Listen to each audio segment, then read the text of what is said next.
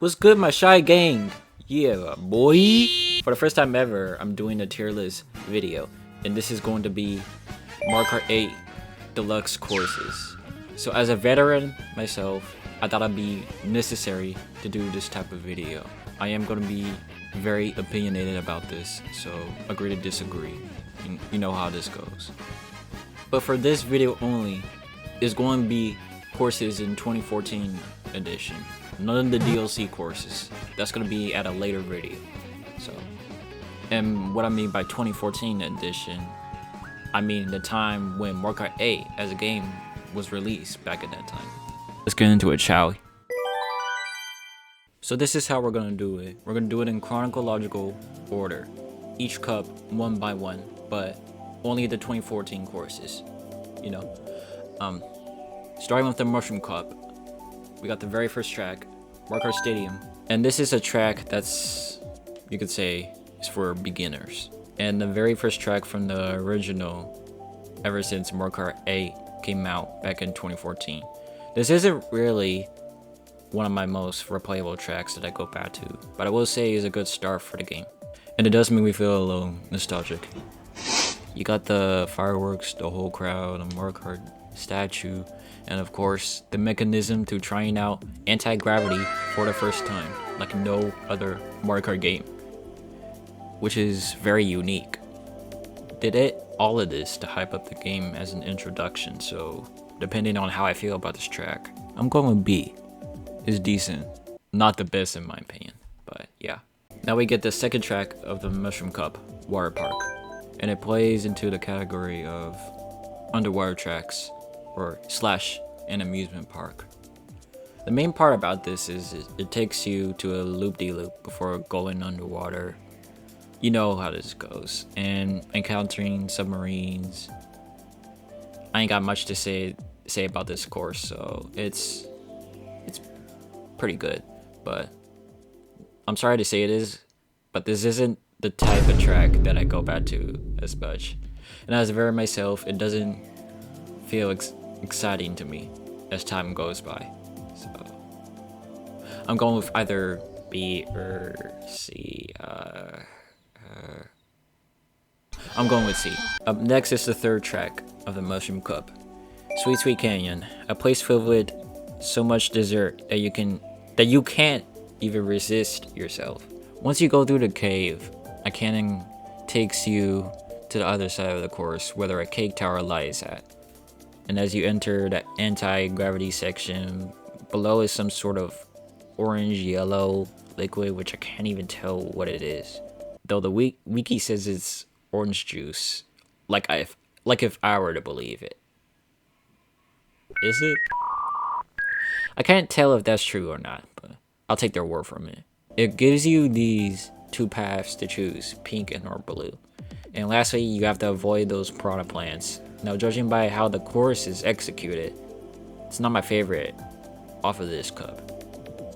I like sweets and all sometimes, but realistically speaking, I'm not visualizing myself to be into something like this in an immersive way. So, B tier. It's good. And now we have the fourth and last track of the Mushroom Cup, Thwomp Ruins. This I can consider as a fun track to race up. You immerse yourself into an ancient place filled with thwomps, and it gives you multiple paths to either stay on the ground or drive onto the wall, and glide of course. It is a very decisive track to where your heart takes you to, and I'm happy to say that this is indeed one of my favorite tracks off of this cup. Going straight to S tier. Enough said. Now we're going to get into the Flower Cup, starting with Mario Circuit. It is considered to be the iconic track as a representation to the game, and one of the following tracks from the series in a unique way possible. And what I mean by following tracks is that it is from previous games of the series. Like there are multiple Mario Circuits, you get what I mean. It is very vibrant and lively, and you see Peach's castle at the center. Shoot, I wonder if I can go inside and meet her myself. But aside from that, I think it's safe to say that this belongs into A tier for sure. Next track, we're gonna talk about Toad Harbor. Takes place at a seaside town with toads. As the wiki says, it is very similar to San Francisco. And what's cool about it is you can see Peach as a Statue of Liberty from afar. As you stroll through the streets, you then come across market stalls, whether on top or under, just like in Shanghai Bazaar. And of course, you get this cool alternative path to drive onto this colorful wall, jumping over a small gap, but usually I take the concrete route. As you approach the downhill section, you can also get to go on these streetcars to do a little trick. And I don't think I failed that one. Embarrassing! I think the downhill part is my favorite about it. This is what I consider to be a fun course to race upon. So this is going straight to A tier. Now we're on to the third track, Twisted Mansion. Very spooky. Clearly this has to be inspired by the Luigi's Mansion series. It's got to be, judging by how they execute it. So, does it not? I mean, come on. You got the whole spooky atmosphere, nighttime vibes, you get the picture. It starts off by having you choose 2 wavy paths. I don't know how they did it, or have the course move like that. Funny story, but back in 2014 days, this section where you get to enter the underwater section used to creep me out because the wall, or that wall is just like moving for some odd reason. Like it's I can't even describe it, but it was creeping me out when I was young. The course is definitely twisted, alright, because it felt a little trippy and made me wonder, how did they do this behind the scenes? Well, in my personal opinion, it's not a track that I go back to often, but it does set the eerie vibe right. So B tier. Now we're gonna get into Shy Guy Falls. Hey, would you look at that? It's my home. This is where my Shy Guy homies live, working their butts off. You know what I'm saying? Here we are talking about the final track of the Flower Cup. It gives out such a nice view just by looking at that waterfall. Go across the small gap, use these boosters, only for the upside before reaching the downside. What's cool is you get to see the course while gliding in bird's eye view. Now to be honest, this isn't really my most replayable track, but it does look sick as a scenery type of track, so I'm definitely putting this in A tier. Shy Guys for life, you feel me?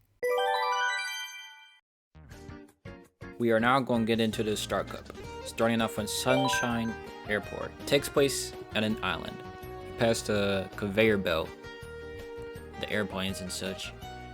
It looks so freaking good for an airport. You get to see the airplane taking off, or just see it flying by as it racing on its course. There's this little section in the air for you to race on with anti-gravity. That might just be my favorite part about it. Just look at the whole view, the background sky and everything about it.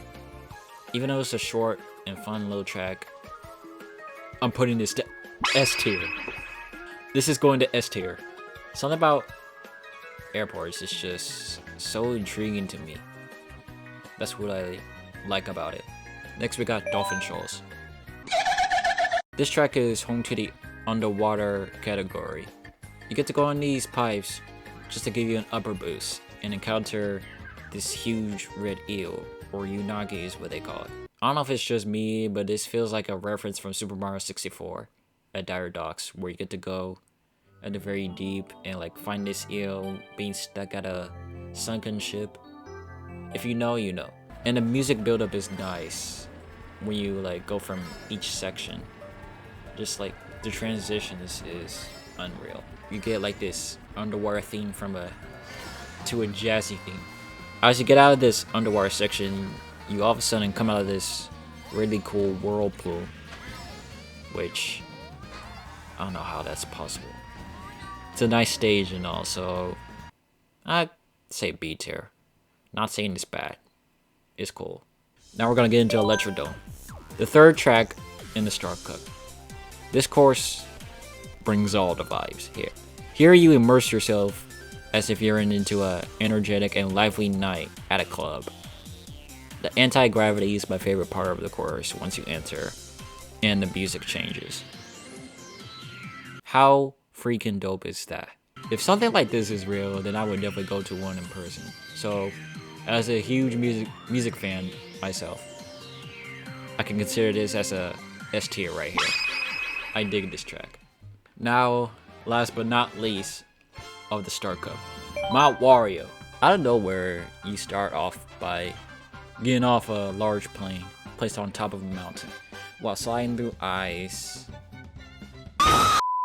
And I like taking this little shortcut right there every time we get on this course. And like, what's cool is each section has like music transitions. And the second section is where you're racing inside a cave. And then you enter this Wario Dam that gives you boost pads. Now you're in a snowy forest part, which I dislike because I would bump into these trees almost all the freaking time. I hate it. Get back here, champ! I like these trees! And then you have this last section which takes you to a zigzag, or should I say the ski route. All of that is what takes you to a whole straight road. No loop track, nothing like that. It's just 3 straight sections. And that's what's cool about it. That's what's so amazing about this track. One of the first straight road tracks you'll ever get in Mario Kart 8, come to think of it. I would definitely say that this right here overall is worthy of being an SS tier track. Hands down. Hands down. You know what I'm saying? Hands down. Hands down. I don't care what y'all said. Now it's time for the Special Cup. Starting off with Cloud Top Cruise. Something about this course is just very similar to Sky Garden on the GBA, which we will talk about very soon. You're on a giant beanstalk, and then you race on some cloud platforms. You try to go to this low bounce pad and skip over the low ramp. I think what's nice about it is that a cannon takes you to an anti-gravity section while avoiding an overcast thunderstorm. Then they have these boost pads for a reason, and that reason is that if you can time the lightning right, just don't get shocked. That's all. But overall, I'm giving this a B tier. It's cool and decent. Not my most replayable. Next, we got Bone Dry Dunes, second track of the Special Cup. You see yourself at some kind of desert place while driving by toads, giving you free money. That's right, free. I don't know where they get their money from, but that's just besides the point. Usually I always take the anti-gravity wall path because it looks quicker and convenient than the other route. But realistically speaking, it doesn't wow me as much. Pretty mad if you ask me. Apparently this goes to D tier, not for me. Now here we are with the third track. Oh boy, Bowser's Castle. And this is of course one of the following courses throughout the Mario Kart series where they always get a redesign to each Bowser's Castle. Is Bowser rich or something? Because he got like a bunch of castles going on. Sounds like a theory if you ask me. Enter the castle and what do you get? Hazards from the very start. Those statues spit out lasers as a distraction, a spike ball, hot bars, and even this humongous live Bowser animatronic. Except all it can do is punch you from each side. Freaking NPC. Encountering for the first time, I will admit, this was scary back in 2014. Then you get the lava plumes gushing out of the lava pit while gliding, and rock boulders. This is widely known to be one of the most hazardous tracks you'll ever get, and it makes sense. Bowser really wants us to suffer. And as for my overall opinion, this goes straight to A tier. I'm not mad at this course at all. It sets the vibe of scary and dangerous courses, along with some hard rock music that definitely sets Bowser's tone. It makes a lot of sense. And now, here we are at Rainbow Road. Another one of these following tracks you'll ever get from the series. They do a redesign, you know how it goes. It takes place at a space station, which has the majority of anti-gravity. Very futuristic. And it is very drifty, I will say. If you play this on 200cc, then something is mentally wrong with you. What's wrong with you? You know, like when you have like these multiple pathways, I always like doing the shortcut off of them while using the mushroom or without it. But something about this course, I mean, you know how Rainbow Road courses like this is just eye striking. So I can consider this as an A tier for sure.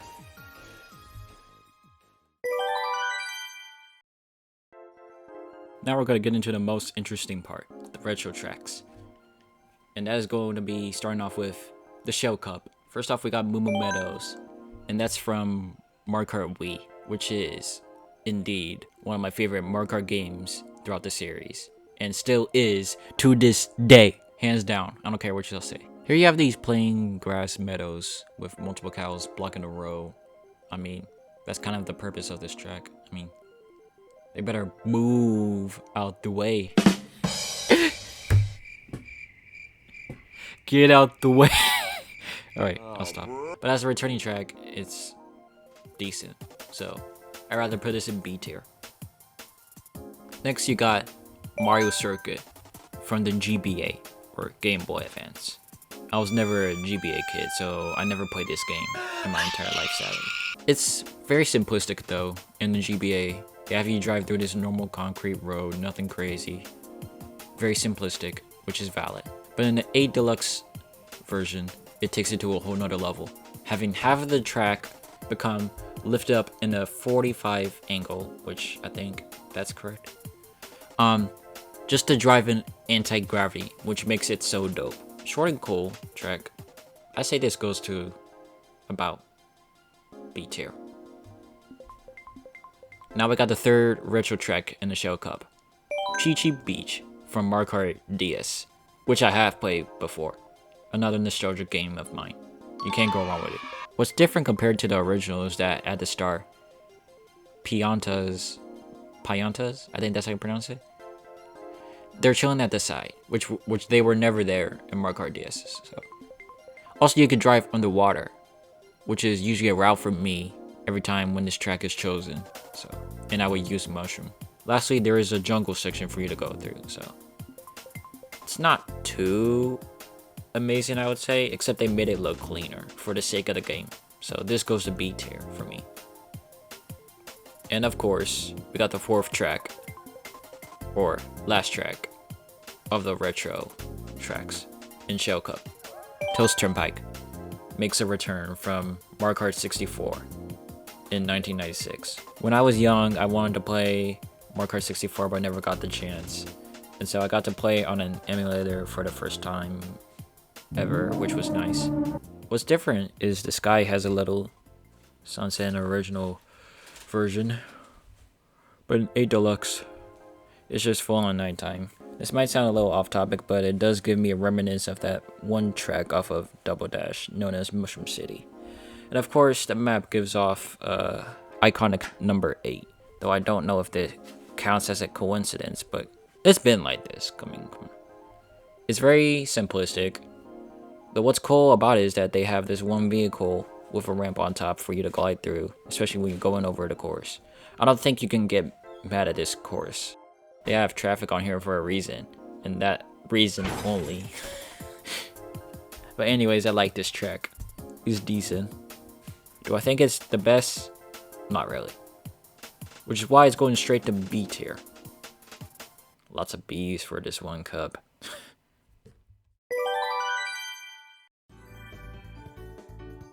Now we're gonna talk about the Banana Cup.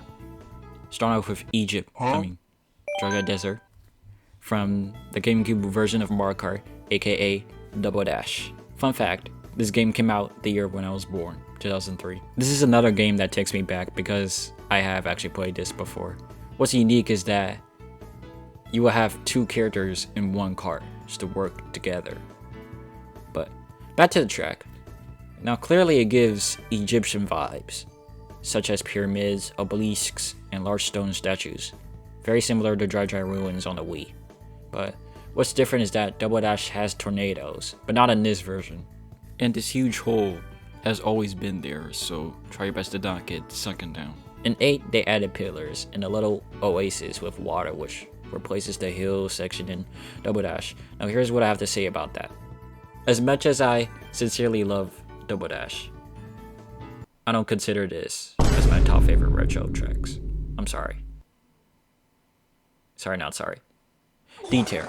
So, next up we got Duna Plains from the very first Mario Kart game ever, and that is Super Mario Kart from the SNES, that is. Obviously, I never grew up in that time, though I did get to try out the game thanks to freaking Nintendo Switch Online. If it weren't for this game, then the series wouldn't have existed, or this game wouldn't have existed.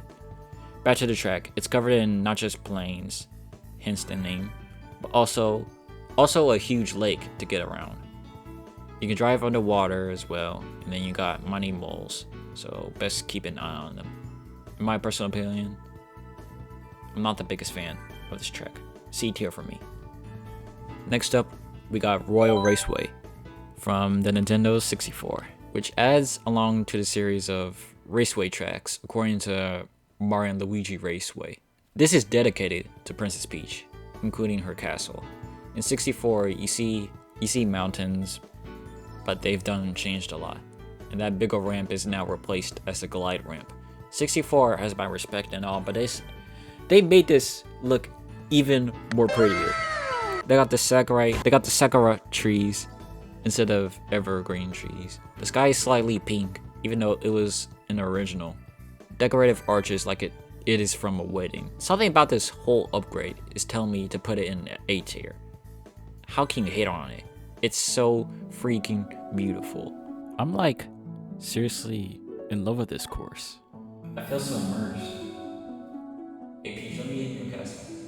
Last but not least, we got DK Jungle from Mario Kart 7, or should I say the 3DS. Another game that I have played before. Interestingly enough, it is the prior game before Mario Kart 8 makes it their first 3DS retro game ever on it. So, here in DK Jungle, you can jump onto this flower bounce pad as the only pathway, and then you see these little Tiki Goon enemies, which gives off Donkey Kong Country Returns vibes. Same thing with that house that says Kong up there.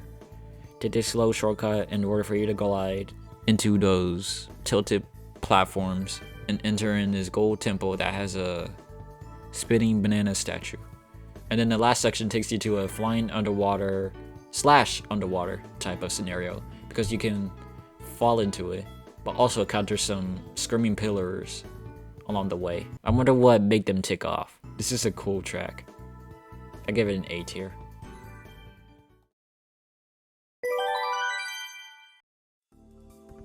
Now it's time to talk about the Leaf Cup. Starting off with Wario Stadium from Mario Kart DS. Now what's way different is in the DS version is that it happens at night, while in 8 Deluxe it happens during the daytime. You got the huge crowd, of course, a Wario statue, and of course the anti-gravity section. You got the anti-gravity section, which having the purple road become lifted in like 90 degrees. I don't know if that's mathematically correct, but I'm sure you know what I mean. Then you got the underwater section connecting to the finish line, which the original does not have. It's a cool looking course. Kind of wish they kept the night sky, but it's whatever. And this kind of feels like an inspiration from the N64, which came first, obviously. So, A tier. Next up, we got Sherbert Land from Double Dash on the GameCube. I will admit, it's such a nice and beautiful track with a night blue sky and snow. You wanna know what's funny about this is that in Double Dash, once you fall into the frozen lake, you turn into frozen. But in 8 Deluxe, it's actually a free path for you to go through as an underwater section. Ain't that crazy? But anyways, I use this route a lot every time this track is chosen, so. Shout out to the Shy Guys, skating, minding their own business. I'm putting this in B tier. It's such a chill track. You see what I did there? Now we're gonna talk about Music Park from Mario Kart 7. It's self-explanatory because you got the place filled with musical instruments to race on. And then these giant musical notes that synchronize the music that's playing. Same thing with the piranha plants as they bob their heads. You can even time it to do a trick once they jump every time. Now, me personally, I'm not a big fan of this course, so something about it just doesn't seem to amaze me as much. C tier. Lastly, we got Yoshi's Valley from N64. This track leads you to so many opportunities, so many paths to choose from. including the cannon, which anyone barely uses now. So I guess it took me a while in 2014 to figure out. You come across a rolling Yoshi egg that's purposely blocking your way. They do this on purpose, I can feel it. It's a nice, cool looking track. So I would consider this as an A tier material. It's a cool looking upgrade.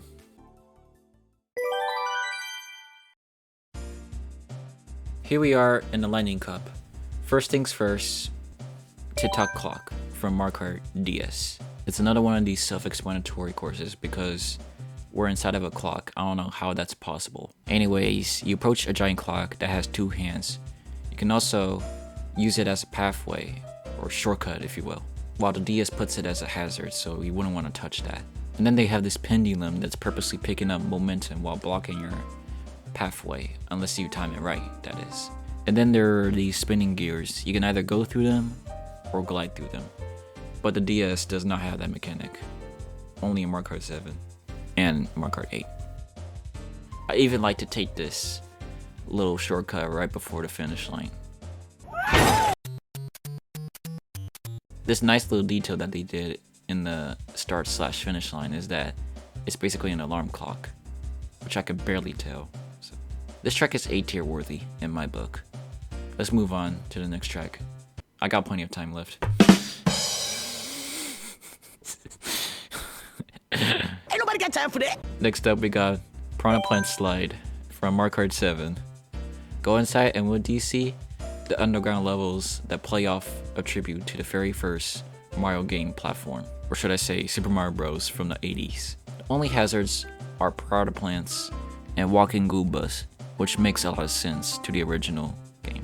What's different is in Mario Kart 7, the filter is very blue for an underground atmosphere, interestingly enough. Enter another section and then you drive underwater before exiting out and gliding your way out into the overground level. This is a dope, fun, and a bit nostalgic track, so this is S tier worthy. Next up we got Rumble Volcano. The third track of the Lightning Cup makes a return for the Wii version.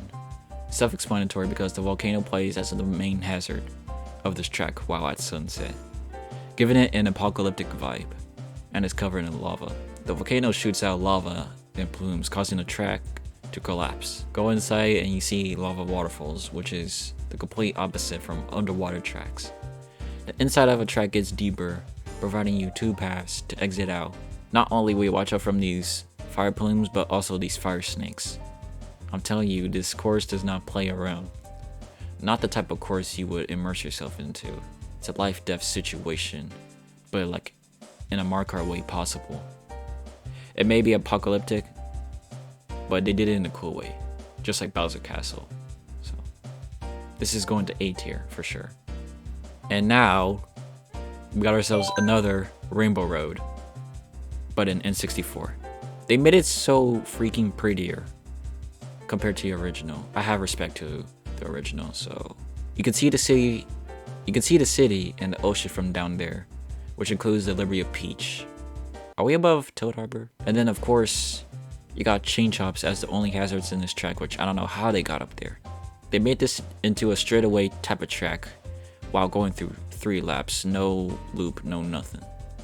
And that's what makes this retro track as an outstanding upgrade. So this is another SS tier track for me. N64 has my respect.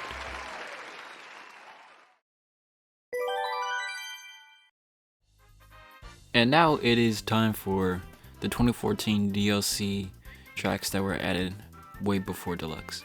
Start off with Yoshi Circuit from Double Dash. Clearly the name says it all.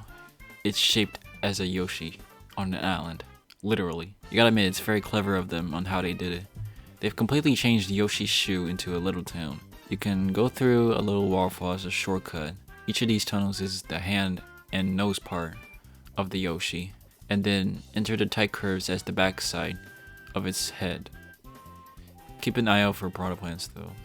So for my overall take, it's a nice, fun, and nostalgic course, especially because it's shaped as a Yoshi. This goes to A tier.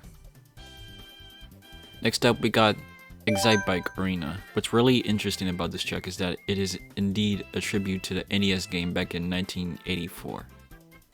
It's not a retro track, by the way, because there's no other Mario Kart game that owns this. So it was very unique of them to do that for a collaboration. It's a very simplistic oval as a whole course. That's literally what the whole map is for, and it makes sense. Just like in an NES game, it provides ramps for you to do countless tricks off of it. They even got the statue for the mascot as well. Once again, this is a nice little tribute.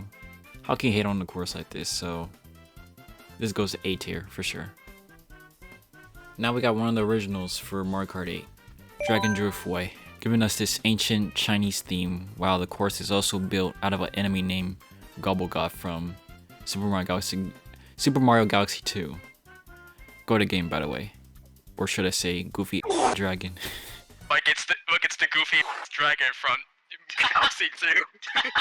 But nah, in all seriousness, this is a nice structured course. And not only that, but the course is dedicated to Lakitu. This course is dedicated to Lakitu. That happens to be some Kung Fu legend. Kept this secret all along. This whole time. Kung Fu Panda, more like Kung Fu Turtle. Anyways, this track name says it all. It's very drifty. Apparently not the track that I go back to often. You're more likely not gonna have a fun time once it's on 200cc. So. But I will admit it is cool on how they designed it as a whole course, but race-wise, it's not entirely for me. So I'd rather put this on C tier, apparently. And last but not least, you saved the best for last. Mute City, which is indeed another collaboration track to the F-Zero series, that is. We need Captain Falcon in this game. Where is he at, bro? But anyways, this course looks sick for an F-Zero track. Like, they went all out with the city, background and everything. The course becomes twisted, urging you to pick up the speed, which is what the boost pads are for. It makes sense because F-Zero is all about high speed, if you will. It's known for high speed. There are no coins, so all you gotta use is the refuel pads. I love how decorative they went with this stage, especially when you reach the finish line. Now this is what I call an S tier track.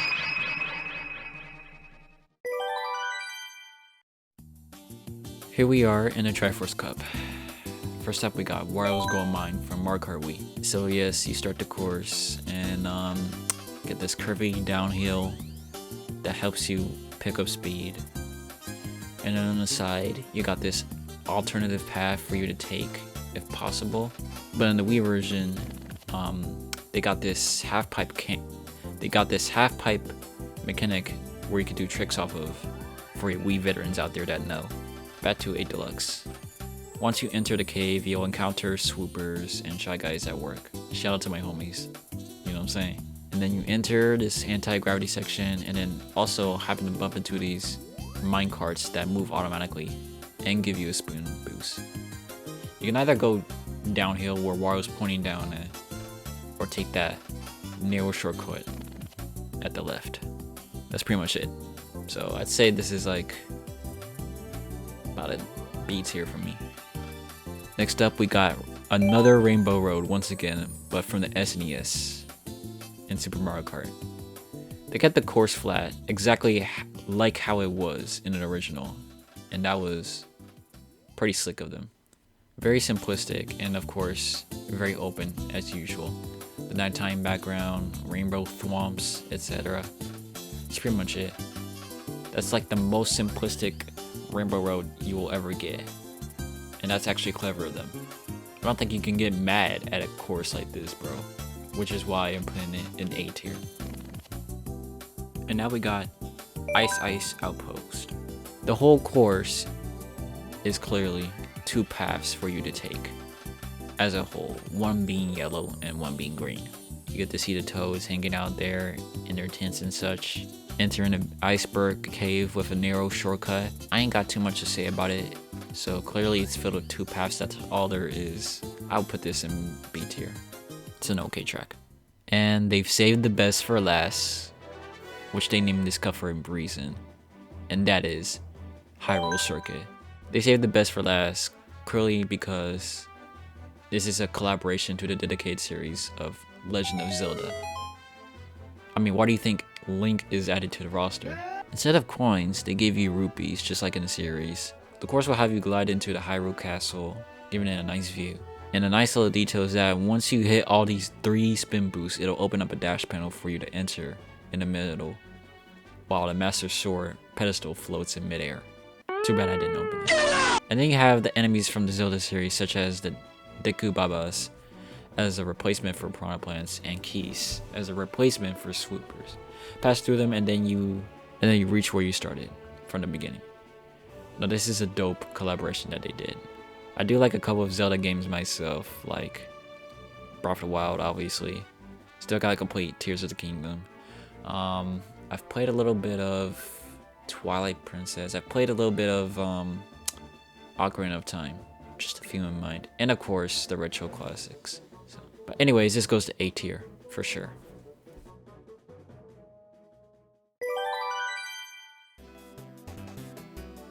It's time for the Crossing Cup. First things first, a good old baby park from Double Dash. I don't think there's not much to say about this track as a whole, except it's way too freaking short. That's all there freaking is. It's shaped as an oval, way shorter compared to Excite Bike, which I like. I will say though, they did really nice with the background and everything to make it into an amusement park, but that's besides the point. In my personal opinion, I really despise this track. No offense, but that's going straight to D tier. No, as a matter of fact, make that F tier. If you choose this course, then we're no longer friends. Alright, next up we got Cheeseland from the Game Boy Advance. Or should I say Super Circuit. Self-explanatory, but this course is very cheesy. Oh, brother! The course is very sloped and is designed as a mountainous desert canyon. They removed the little Mousers from the GBA, so instead they got chain chops, patiently waiting for us to suffer or get knocked over. And of course you got narrow shortcuts for you to glide on. This track is decent. C tier for me. This track is way too cheesy. Next up, we got Wildwoods, an original track. It starts off with you going up or staying near while driving upwards in anti-gravity, which is cool. The track even splits into 2, with one of them being a shortcut, if you will. And you come across my homies working their butts off once again in a small village. Man, my homies be everywhere. That's so cool. Did you know I used to live there? Did you know that? I think that's the cool part about this track, is seeing them work while you're gliding, get a perfect view. Then you enter a water passage taking you to a pond with leaves carrying boost pads, which then take you back to where you started. I think this is another one of those scenic tracks you cannot go wrong with, so this is an S tier track for sure. And now here we are with the collaboration track, and that collaboration is Animal Crossing itself. Now clearly we all know what this cup is for. That is indeed the collaboration of the Animal Crossing series. Why do you think these characters are in the roster, such as Villager and Isabelle? It's not just an ordinary type of track, because what it can also do is switch from 4 seasons such as spring, summer, autumn, and even winter to change the entire setting, including some of the Animal Crossing characters some of us know and love. There are countless characters to name off in the series. I mean, my favorites are Coco, Bob, Maple, etc. I think that is the most fun part. Me and my homies would spot a character they know while racing. There's Rover. There's Oliver right there. Hey, it's there's- Marshall. Oh, I said yeah, Marshall. yeah, I was about to say it's Marshall. It's the boy Marshall, yes sir. Tom Nook. Little greedy Mr. Krabs. Hey, it's Bob. It's Oh, Bob. the cat. I saw Bob. Yeah, I saw him. Some of the places like the Tailor Shop, Nook's Cranny, Blathers' Museum. This section involves trees being placed with the track before entering a glide pad as a transition to a straightaway. And then the beach grounds, of course, to go Tom Nook and his gritty ah. Mr. Rossetti also comes out of nowhere. The roof starts to play once it's all over, so it's pretty chill. Overall, I can consider this as an S tier track in my book. And now we're going to end it off with the Bell Cup, starting off with Neo Bowser City from Mario Kart 7. The whole concept of this course was to get a futuristic look filled with so many illuminating lights, signs, and screens. Or technology, if you will. Bowser's got big stacks, bro. I'm telling you. He rich. Does it make you think you could live there a little bit? I mean, I kinda would. Even the atmosphere is rainy and stormy, which is even cooler. Bro, I love that type of weather. Anyways, make a squared left turn and go through the little tunnel. Then a freaking cool, futuristic narrowing bridge. Do a couple of curves and all of that. And the final section is the anti-gravity along with a glide pad that takes you back where you started. And I like how they add this clown car pushing out air for you to do a trick off of in midair.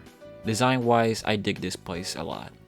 But in my personal opinion, I'm putting it a B tier. It's not a bad course at all. Next up we got Ribbon Road from Super Circuit on the GBA. Once again, self-explanatory, the course is made out of ribbon.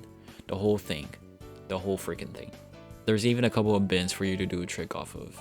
Clearly you end up in someone's playroom. Funny little story, when I first encountered this stage, I always get this weird feeling that when you look at the background, I feel like a door would just open out of nowhere like some sort of jump scare. I don't know why. I just be having these weird instincts when I was younger. You know me. But back to the track. That rhymes. So now you enter this blue section, 2 narrow shortcuts for you to catch up, and I barely can do one of them. Do a huge glide and avoid those tilting clown thingies or jagged box clown cars, if you will. They got like 3 whole sections, which are red, green, and blue. And blue is probably my favorite part. But anyways, this course is not really my cup of tea, so C. Next up we got Super Bill Subway, the 3rd track of the Bill Cup. Eat fresh! First things first, take a circle and pass some of these automatic gates. And the next thing you know is that you're racing while seeing some subway vehicles drive by. Plus you can even go on top of them if you're on higher ground, that is. And just like any other courses, the music will transition as soon as you're back from the subway tunnel. They even got inspiration from like real life subways from like worldwide, if you will. So this course is definitely not bad at all. I'm putting it on A tier. And now we about to end it off with the very last course, Big Blue. Another collaborative course from the F-Zero series. It is very blue, alright? Now when I think about this course, I'm never gonna recover from that one corny joke I did. I'm gonna give Rosalie some of that big blue. I'm giving her some of that big blue. But in all seriousness, I'm impressed on how they did this. Just like Mount Wario and N64 Rainbow Road, it's a straight 3-lap course. You of course start out with anti-gravity, which is what the majority of this course is for. There are no coins, once again, so take a couple of turns while using the speed panels that take you further or backwards to slow you down. Once you glide, it takes you to the next section of water passages, divided into 2. Usually I like to take a mid-air shortcut to skip them with or without a mushroom. Once that section is done, you then fly to another section and all you see are multiple speed panels just like from before. Luckily they got boost pads, so I don't even gotta discuss this further enough. Just keep taking turns and then the finish line is where you'll meet up at this huge shuttle thing. I don't even know what that is, but it looks cool. I'll give it that. Now here's what I have to say about this one. I'm so blown away. For a collaborative course like this, they went all out. Like seriously. Which is why this is SS tier worthy. This deserves to be at the higher tier. Just like literally just like all these 3 straight lap courses, they deserve to be at a higher tier. So there you have it. So that's all the courses in 2014 version. What did you guys think? Let me know in the comments. You agree or disagree? Or you even gotta put a comment. Just you providing your thoughts would be appreciated. But I mean, if you watched through the video, if you made it through the video, then you're a real one. I'll do a separate video with DLC booster courses from Deluxe in the very future, like I've said before. And as a Mario Kart veteran, I'm glad I get to do something like this. Like, I'm really glad. I hope I didn't do too bad for a tier list for the first time. on his channel, that is. But yeah, thanks for watching. I'm looking forward to doing something like this for sure. Hit that sub, like, bell, all that stuff to stay updated on whatever I will bring this year and beyond. Stay tuned, and I will see y'all when I see y'all. Peace.